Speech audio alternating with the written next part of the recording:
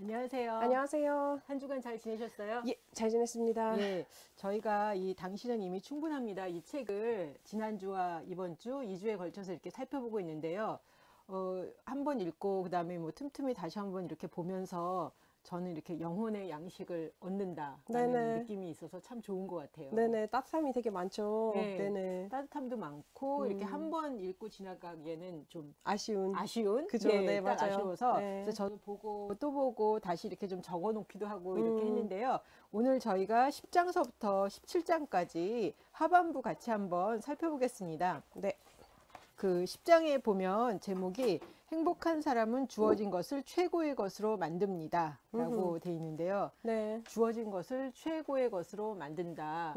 저는 최고의 것은 그냥 만들어진다. 예를 들면 뭐 이렇게 네네. 생각을 하다가 네. 행복한 사람이 그냥 자기에게 주어진 것이 무엇이든 그것을 최고로 만든다. 아, 맞구나. 네. 라는 생각이 들면서 어떻게 보면 좀 의식의 변화가 아닌가라는 생각이 들었습니다. 네. 그래서 여기에 이런 글들이 있는데요. 불만의 이면에는 삶을 향한 어린애 같은 바람이 숨어 있습니다. 사람들은 항상 누군가에게 보살핌을 받기 원하고 모든 것이 쉽게 해결되길 바랍니다.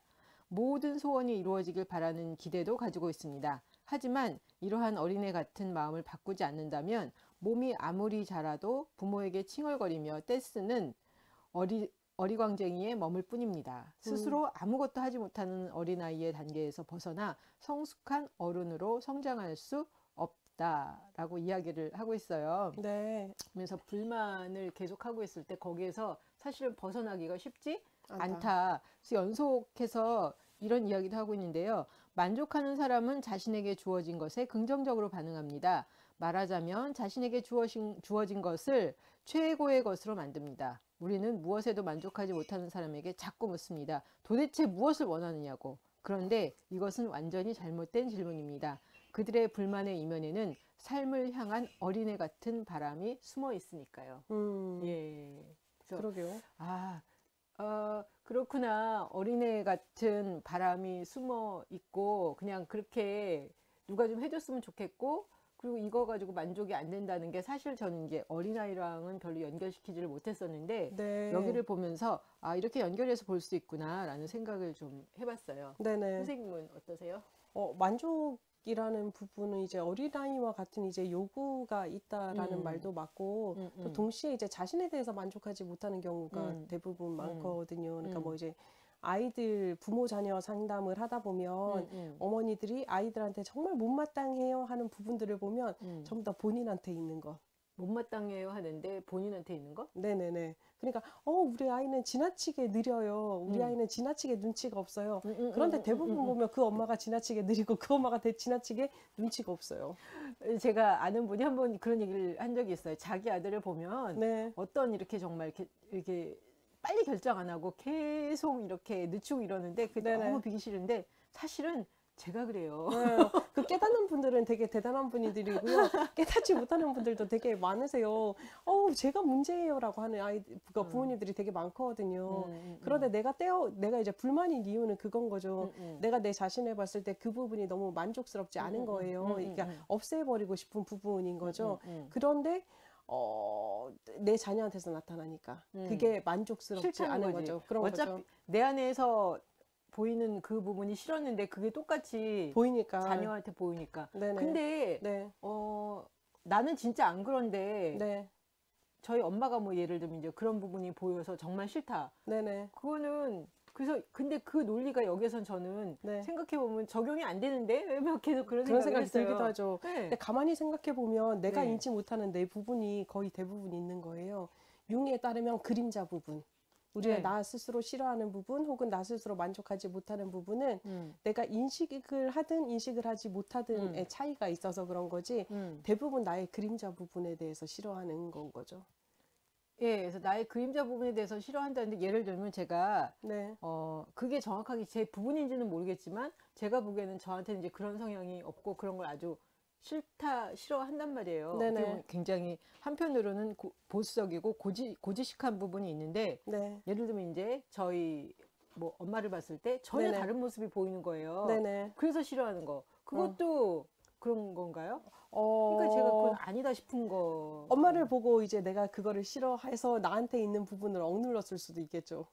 아, 역설적으로? 그렇죠. 아, 왜냐면 내가 이제 자유롭지 못한데. 그렇죠. 끊임없이 이제 전쟁을 치르고 계셨잖아요. 어렸을 때부터 예, 선생님은 엄마랑 예, 그러다 보니까 예. 일찍 철이 드셨고 그러다 보니까 음. 우리 엄마의 이런 모습이 나는 싫어. 음. 그럼 난 저렇게 살지 말아야 되겠다. 음.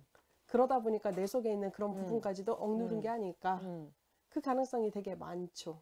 그래서 저랑 저희 엄마를 보면 저는 되게 좀 약간 보수적이고 어떻게 보면 좀 약간 경직된 부분이 네네네. 있는데 저희 엄마는 상대적으로 굉장히 어린아이 같고 네네. 그냥 자유분방하세요. 네네네. 근데 그 모습을 볼 때마다 제 안에서 이렇게 막 어떤 데는 치밀어 오르는 거예요. 그렇죠. 어떻게 엄마가 나를 돌봐줘야 될 엄마가 예. 이런 아니 느낌이신 그리고 거죠. 나이도 있으신데 뭐 막 이런 생각 끊임없이 근데 만약에 예. 엄마가 뭐 이제 자유분방도 하셨고 이제 어느 정도의 고지식함도 있었으면 선생님도 자유분방하게 사셨을 것 같은데요.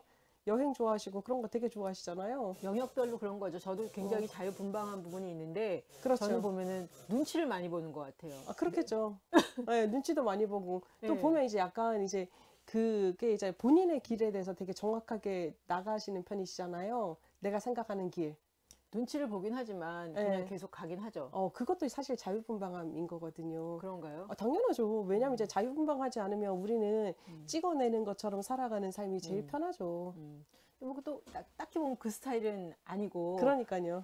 그래서 이제 저는 아까 이제 지금 선생님 얘기를 들으면서 네. 어떻게 보면 이제 저도 보면 되게 억누른 부분들이 많이 있고 네네네. 어린아이가 어린아이답지 못했던 못하게 부분. 맞아요. 근데 그런 부분들이 이제 뭐 남들한테 일어나면은 그냥 그런가 보다 이렇게 네네. 되는데 이 자기의 뭐 부모 특히 이렇게 네네네. 부모한테 이렇게 나타나는 모습을 보면은 나는 그렇게 살지 못했는데 누군가가 그렇게 사는 모습을 보였을 때 그게 꼴을 보기 싫은 거죠. 네. 네. 꼴 보기가 싫은 거죠. 네. 네. 왜냐면 나는 못 살았으니까. 아 나는 그렇게 못 살았으니까 네. 왜냐면 내 아. 것을 다 앗아갔잖아요. 그럴 수 있는 모든 시간들에 대한 기회를.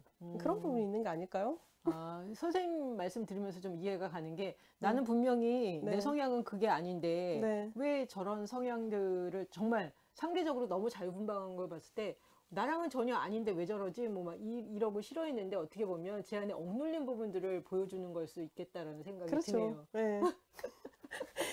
그러니까요. 불만이라는 것 자체가 조금 그런 부분인 거죠. 나한테 억눌렀던 부분, 내가 싫어하는 부분에 대해서 이제 보여졌을 때 상대방은 편안하게 하니까. 그렇죠. 상대방은 거리낌 없이 거리낌 하다 없이 보니까. 편안하게 하니까 그렇죠. 어떻게 저럴 수 있지? 뭐 막 이런. 그렇죠. 내가 누리지 못한 거 그것도 사실 어린아이와 같은 욕구인 거잖아요.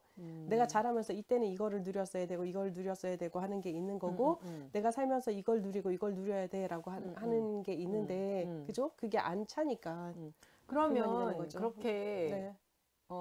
지금 말씀하시는 거 제가 들어보면서 아, 내 안에 그렇게 자유분방하고 이렇게 그냥 편안하게 사는 거에 대한 이렇게 눌린 욕구가 있구나. 네네. 그럼 그걸 어떻게 해야 돼요? 한번 살아보셔야죠. 지금 근데 그렇게 살고 계신 거예요. 한 방향에서는.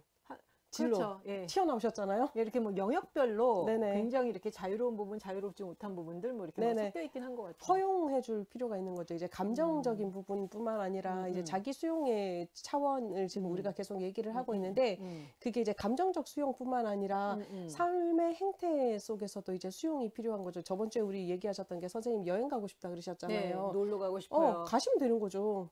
빚을 내서라도 때로는 그렇게 살아볼 필요가 있는 거죠. 왜냐하면 죽을 정도의 빚은 아니시잖아요. 그렇죠. 그러니까 그러면 해보는 거죠. 이게 저는 이렇게 한 군데 이렇게 딱 머물러 있으면 답답하다. 막 어느 순간서부터 이렇게 막 답답하다 하는 네. 생각이 들면서 요즘에 보면 주말에 보면 이렇게 여행 관련 광고들이 많이 나오거든요. 네네. 눈이 확 트이는 거예요. 그러니까. 놀아야 되는데 바다를 보고 싶다. 네. 이런 거. 그러니까요. 그건 이제 본능이신 거잖아요. 네. 그러니까. 네. 그러니까 해보면 되는 거예요. 그렇구나. 그래서 저는 선생님 얘기 들으면서 이 네. 책에서 네. 이렇게 자기의 어떤 자기가 싫어하는 부분들이 보면은 자기가 억눌러놨던 그림자의 네네. 영역이다. 그래서 제가 그거는 동의를 하는데 완전 나는 그렇게 안 사는데 반대 방향으로 보이는 건 뭔가라고 좀 이해가 안 갔었는데 선생님 말씀대로 어떻게 보면 내가 눌렀던 자유분방한 욕구들이 좀 더 분출돼야 되는 그렇죠. 그런 부분으로 예, 아주 이해가 잘 됐습니다. 네네, 다행입니다. 10장 보시면서 네네. 예, 좀 나누고 싶으신 것들? 10장에서는 그거 그 이제 되게 놀라운 이야기가 그거인 거죠. 그러니까 행복한 사람은 주어진 것을 최고로 만든다라는 개념 자체는 이제 바라보는 시각의 차이다라는 거거든요. 그러니까 뭐 내가 가지고 있는 것이 최고일 수는 없죠, 사실. 뭐 최고일 수도 있겠지만 그럼에도 불구하고 내게는 최고입니다라는 것은 사실 만족하는 마음인 거거든요. 만족을 하면 사실 행복해지는 거잖아요. 그러다 보면 사실은 내가 가지고 있는 모든 것이 최고가 되지 않는가라는 생각을 하게 되는 만족하다 거죠. 보면 내가 가지고 있는 게 최고. 나한테는 최고지. 그렇죠. 그죠? 나한테는 그러면 되는 그러면 거잖아요. 되는 거죠. 근데 우리는 이제 다른 사람한테도 내가 가진 것이 최고이기를 원하잖아요. 그러다 보니까 만족을 하지 못하는 경우가 되게 많잖아요. 예를 들자면 뭐 저 친구는 굿잡 백을 가지고 나왔고 저 친구는 페라 뭐 땡땡 뭐 백을 가지고 나왔고 그런데 나는 이제 시장에서 산 거를 가지고 나왔어. 그런데 난 아무렇지도 않아 그런 건. 그러니까 그러니까 혹자 많은 사람들이 그렇게 얘기를 하니까 그런데 사실은 내가 들기 가장 편한 가방이 가장 좋은 것이잖아요. 그러니까 그런 생각이 필요한 거죠. 그러네요. 네네. 네. 그리고 제가 얼핏 드는 생각이 네. 다른 사람이랑 나를 비교하면 끊임없이 비교가 되잖아요. 당연하죠. 근데 어차피 이 경주하는 속도도 다르고 서 있는 그라운드 자체도 다르죠. 다르다. 맞아요. 그걸 사람도 다르고요. 네, 상황도 다르고 그걸 이렇게 인정을 하게 되면 그냥 내 속도대로 이렇게 가는 거다. 그럼요. 라는 생각이 들더라고요. 그럼요. 네. 좋습니다.